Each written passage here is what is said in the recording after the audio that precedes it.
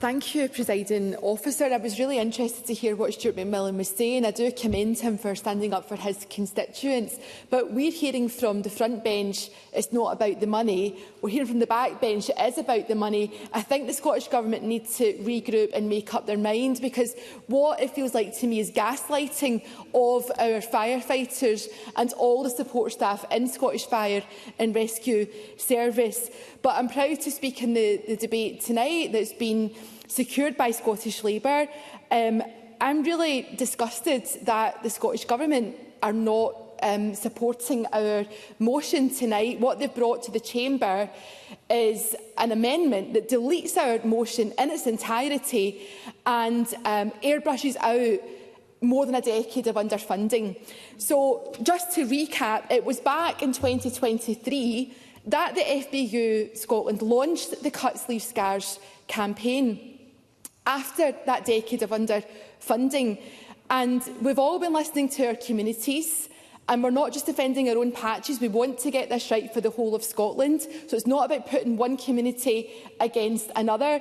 But I do feel that the Minister has come to the Chamber and has gaslit not just the members here, but the firefighters in the gallery, people across the country, by saying any reduction in fire crew has been about reducing a duplication of service. I really hope in the closing statement we maybe get a correction around that, and we find out if the Minister agrees with Stuart McMillan or not. Like Richard Leonard, I've been spending time in Cumbernauld and Hamilton, right across Lanarkshire and Central Scotland, listening to our communities and our firefighters.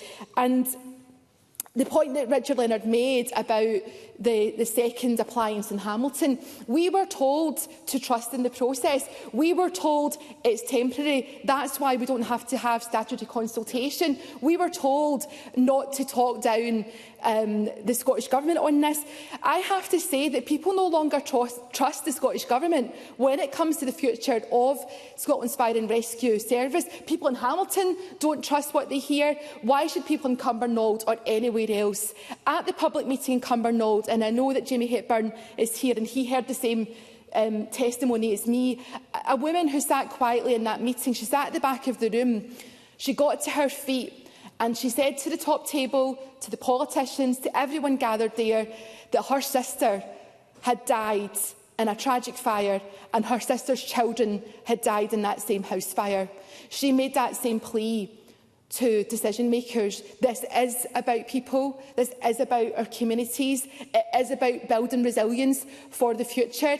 If we believe in the science, if we watch the news, if we see the wildfires, we see the impact of flood and storm, we know that our firefighters do more than deal with house fires and other fires. They deal with so much more than that.